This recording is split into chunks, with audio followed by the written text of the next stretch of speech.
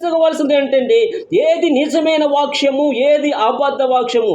ఈ సేవకుడు వాక్యము చెబుతున్నాడా, ఈ వాక్యము లేకపోతే పిట్ట కథలు వేస్తున్నారా? ఈ పిట్ట కథ వేసుకొని కవించుకొని నవ్వించుకునే కాలము పోయింది. హల్లెలూయా.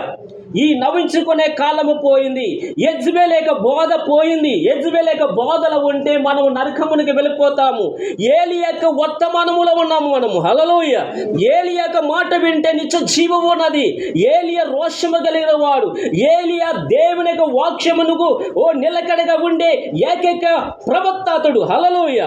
ఏలియా ఉన్న కాలంలో యెజబెల్ కూడా ఉంది. నేను ప్రవక్తనని చెప్పుకుంది, నేను విశ్వాసమును చెప్పుకుంది.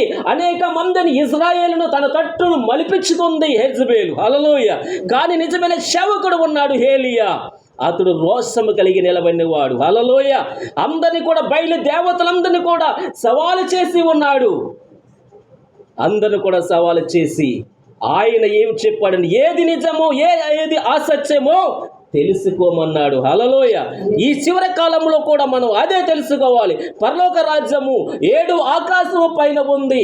ఆ 7 ఆకాశము పైనకి వెళ్ళాలి అంటే వాక్యము ఎంతనే నడిస్తేనే, ఈ వాక్యమును అనుసరించి నడిస్తేనే ఆ నిత్య జీవంలోనికి మనం వెళ్తాము. లేకపోతే నిత్యత్వములోనికి వెళ్ళలేము. ఎంత భక్తి చేసినా, ఎంత ప్రార్థన చేసినా, ఎంత వాక్యం విన్నా అంత శూన్యమే. హల్లెలూయా. ఎందుకంటే 5 బుద్ధి కలిగిన కన్యకలు ఉన్నారు, 5 బుద్ధి లేని కన్యకలు ఉన్నారు. హల్లెలూయా. 2 కూడా క్రైస్తవులే. ఎవరండి? అన్యులు కాదండి, క్రైస్తవులే. వీళ్ళు 5 బుద్ధి గలవారు, 5 బుద్ధి లేని వారు. కానీ అంతవరకు వారి విశ్వాసము బాగుంది, అంతవరకు వారి పరిస్థితులు బాగున్నాయి. కానీ ఆయన వచ్చే టయానికి, ఆయన పెళ్లి కుమారుడు, ఆయన ప్రభువైన దేవుడు వచ్చే సమయానికి వారి దివిటీలలో నూనె ఆగిపోయింది. హల్లెలూయా. నూనె అనగా వాక్యము ఆరిపోయింది. చివరి కాల టైంకి వచ్చినప్పటికీ వారిలో వాక్యమైనది లేదు, వాక్యమైన నూనె లేదు. హల్లెలూయా.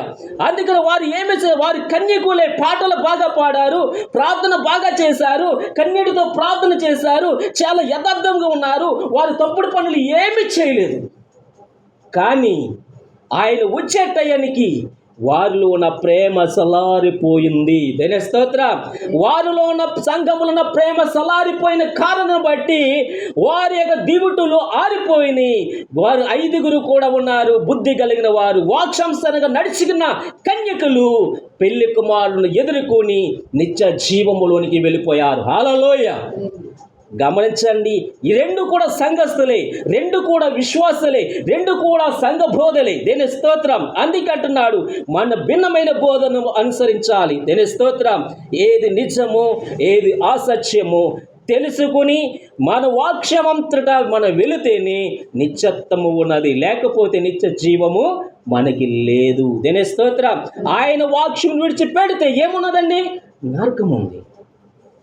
నరకములో అగ్ని ఆరదు, పురుగు చావదు. దేని స్తోత్రం. ఆయన నిత్య జీవమును పేతురు అంటున్నాడు.